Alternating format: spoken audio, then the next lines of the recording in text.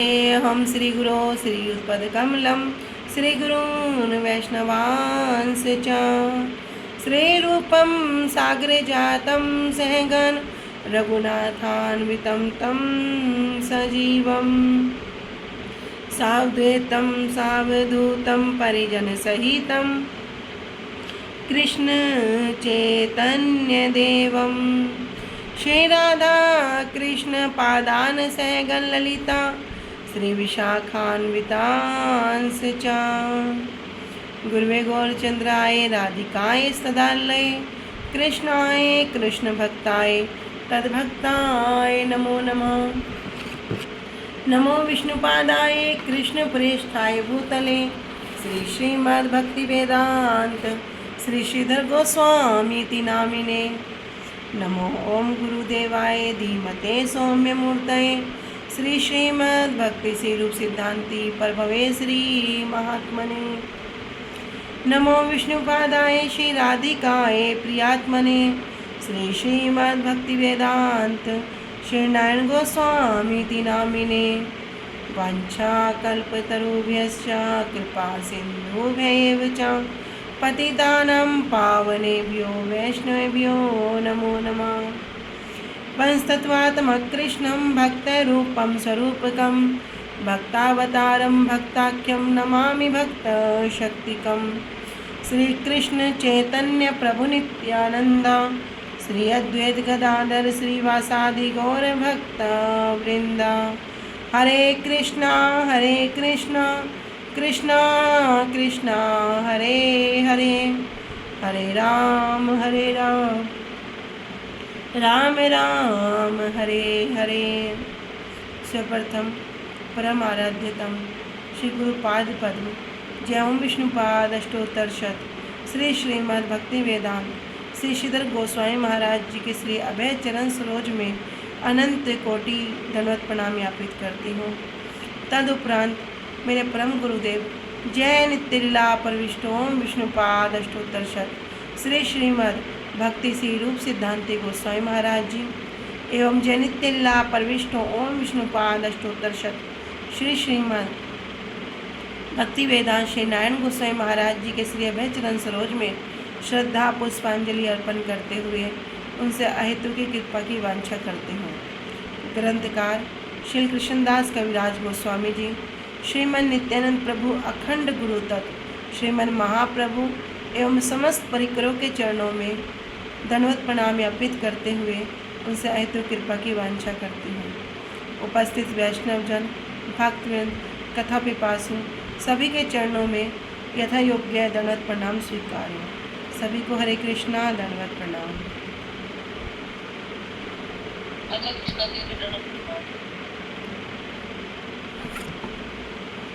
हरे कृष्णा। श्री गुरुदेव की अहेतु की कृपा से हमारा जो ग्रंथ चल रहा है उसका नाम है श्री श्री चैतन्य चैतामृत। श्री श्री चैतन्य चैतामृत ग्रंथ के अंतर्गत हम श्रवण कर रहे हैं मध्य लीला 17वां अध्याय, जो कल हमारा संपूर्ण हो गया। आज हम शुरू करेंगे 18वां अध्याय अष्टादश परिच्छेद। तो अब तक हमने जो श्रवण किया था कि महाप्रभु किस प्रकार वन के रास्ते से वृंदावन गए हैं और वृंदावन के रास्ते में जिस प्रकार पशु पक्षी जो कोई भी आए सबको प्रेम दान करते हुए महाप्रभु अभी मथुरा पहुंच गए हैं। और मथुरा में भी अभी महाप्रभु क्या है, जो वृंदावन के जो 12 वन हैं, जो सब 24 घाट हैं, सब पर वहाँ पर स्नान करते, वनों की परिक्रमा करते और प्रेम आवेश में नृत्य करते। तो जो वृंदावन की जो डाली है, लता है, वृक्ष हैं, वे भी महाप्रभु के संग से इतनी आनंदित हो रही हैं कि वे क्या कर रहे हैं, झुक झुक कर उनके चरणों में आ रही है और महाप्रभु भी उनको आलिंगन करते हैं। अपने जो फल है, फूल है, सब महाप्रभु के चरणों में वे समर्पित करते हैं। अब हम आ चुके हैं अष्टादश परिच्छेद 18वां अध्याय। सबसे पहले कथा सार। इस अध्याय में हम क्या क्या श्रवण करेंगे। आरिट ग्राम में राधा कुंड और श्याम कुंड का आविष्कार करके महाप्रभु ने श्री गोवर्धन में श्री हरिदेव के दर्शन किए। महाप्रभु गोवर्धन के ऊपर चढ़कर श्री गोपाल का दर्शन नहीं करेंगे।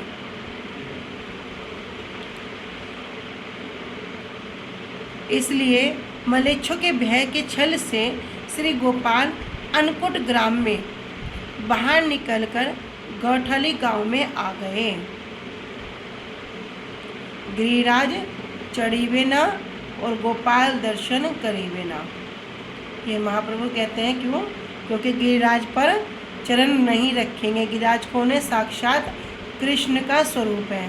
तो जो बहुत से जो लोग सोचते हैं कि हम ऊपर जाकर गोपाल का दर्शन करेंगे और जो गिरिराज जी की शिला पर चलकर जाते हैं वो क्या होगा? वो अपराध होगा।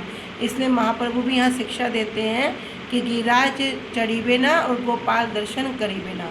यदि गिरिराज जी के ऊपर चलकर गोपाल जी के दर्शन करना है तो नहीं करेंगे। तो यहाँ पर गिरिराज जी भी, वो गोपाल जी भी क्या करते हैं? वहाँ से बाहर निकलकर गाठोली गांव में आ जाते हैं। महाप्रभु ने गाठोली गांव में जाकर उनके दर्शन किए और भक्तवर श्री रूप गोस्वामी को कृपा पूर्वक दर्शन देने के लिए श्री गोपाल उसके बहुत दिनों के बाद मथुरा में विट्ठेश्वर के मंदिर में आकर 1 महीने तक रहे थे। इस प्रसंग को श्री कृष्णदास कविराज गोस्वामी ने इसी प्रसंग में लिख दिया है।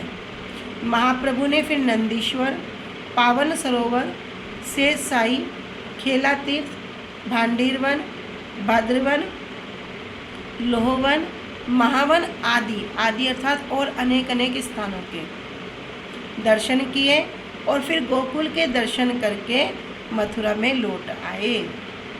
अक्रूर घाट में रहकर प्रतिदिन वृंदावन में जाकर कालियादह, द्वादश आदित्य घाट, केसी घाट, रासस्थली, चीर घाट, इमलीतला आदि के दर्शन करने लगे।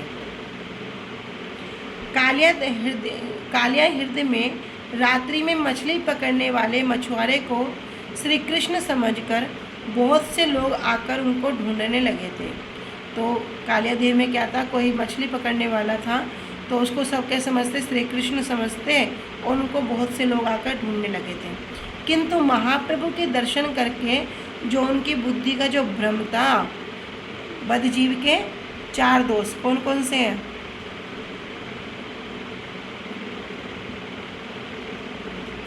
भ्रम, प्रमाद, विप्लिप्सा और करना पाटव। तो ये 4 दोष। तो कह रहे जो उनकी बुद्धि का जो भ्रम था वो दूर होने पर सभी को उनमें श्री कृष्ण की स्फूर्ति हुई महाप्रभु में। परंतु महाप्रभु ने स्वयं को सन्यासी अर्थात एक चित्तकन जीव के रूप में कहा। यद्यपि वहाँ पर महाप्रभु कौन है? साक्षात कृष्ण है, तब भी अपने आप को क्या वहाँ पर दिखा रहे हैं कि एक सामान्य जीव की भांति, कि भगवान विभु है और मैं तो अनु हूँ। कह रहे एक चित्तकन जीव के रूप में कहा। महाप्रभु अक्रूर घाट में बहुत समय तक डूबे रहे, इसलिए बलभद्र भट्टाचार्य जी ने उनको ब्रजमंडल से प्रयाग ले जाने का निश्चय किया।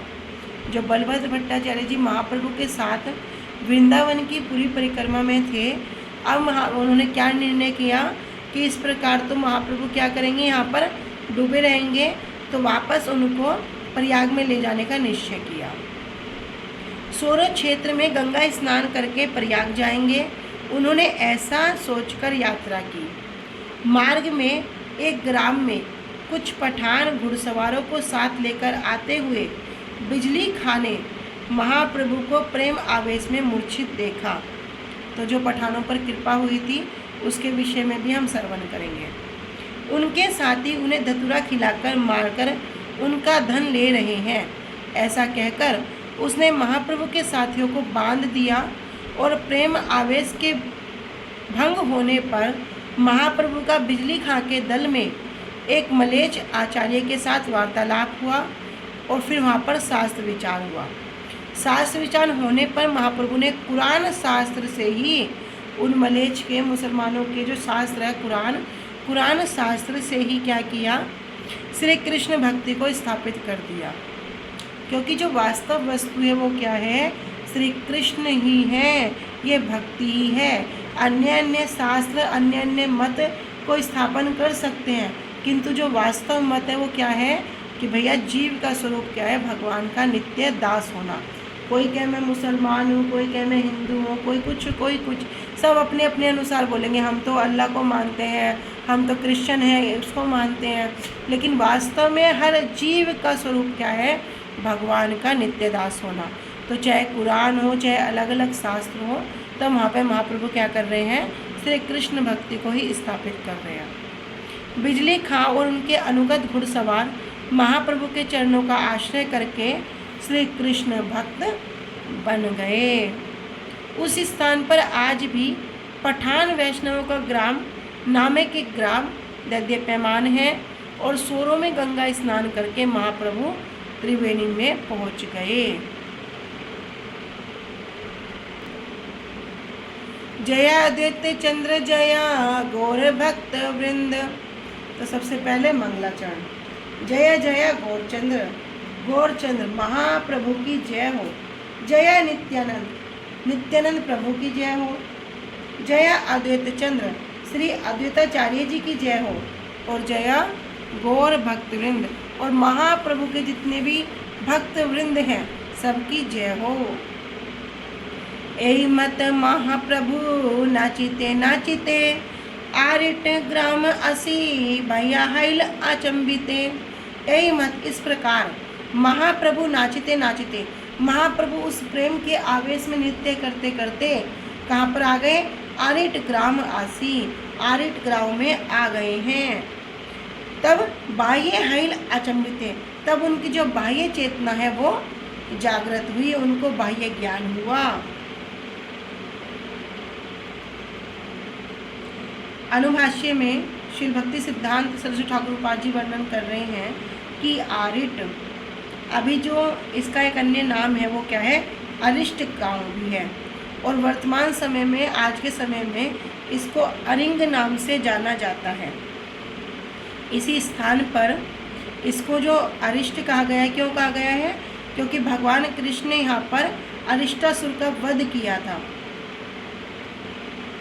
और महाप्रभु भी क्या कर रहे हैं, यहाँ पर राधा कुंड के विषय में पूछताछ करते हैं, किंतु कोई जानता ही नहीं है, तो कोई भी बता नहीं पाता है।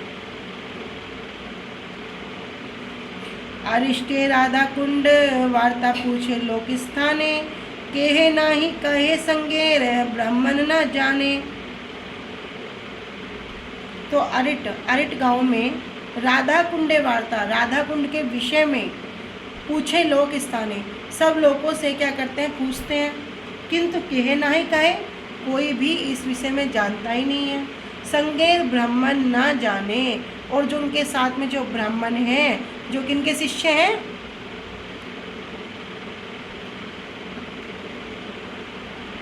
श्री माधवेंद्रपुरी पाद जी के जो शिष्य हैं, कह रहे कि वे भी नहीं जान पा रहे। तीर्थ लुप्त जानी प्रभु सर्वज्ञ भगवान, दुई धान्य क्षेत्रे अल्प जले कैला स्नान।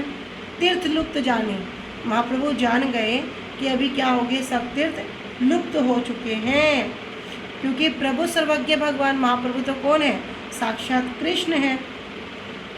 दुई धान्य क्षेत्र, लेकिन वहाँ पर क्या है, अभी 2 धान के खेत हैं, और उसमें क्या है, अल्प जले, बहुत थोड़ा सा गहरा पानी है, और उसी महाप्रभु क्या करते हैं, जले कैला स्नान, उसी जल से स्नान करते हैं।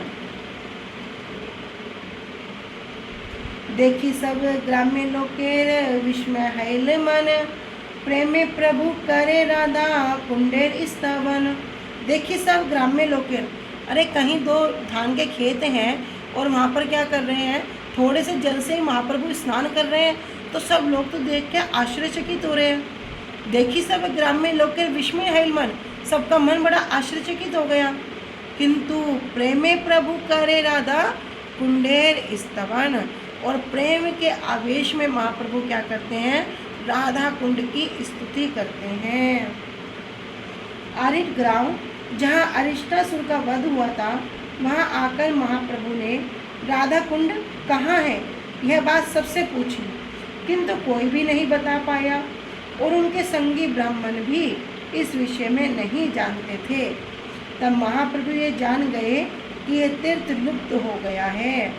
तब सर्वज्ञ भगवान ने निकट में स्थित 2 धान के खेत में जो थोड़ा थोड़ा जल था उसमें स्नान किया। इसलिए ये धान के खेत ही राधा कुंड और श्याम कुंड है, ऐसा सूचित हुआ। प्रेम में डूबकर महाप्रभु तब राधा कुंड की स्तुति करने लगे। ठीक है, आज हम यहीं तक श्रवण करेंगे, कल आगे स्तुति श्रवण करेंगे। वांछा कल्पतरुभ्यश्च कृपा सिन्धुभ्य एव च पतितानां पावनेभ्यो वैष्णवेभ्यो नमो नमः। श्री गुरुदेव की जय।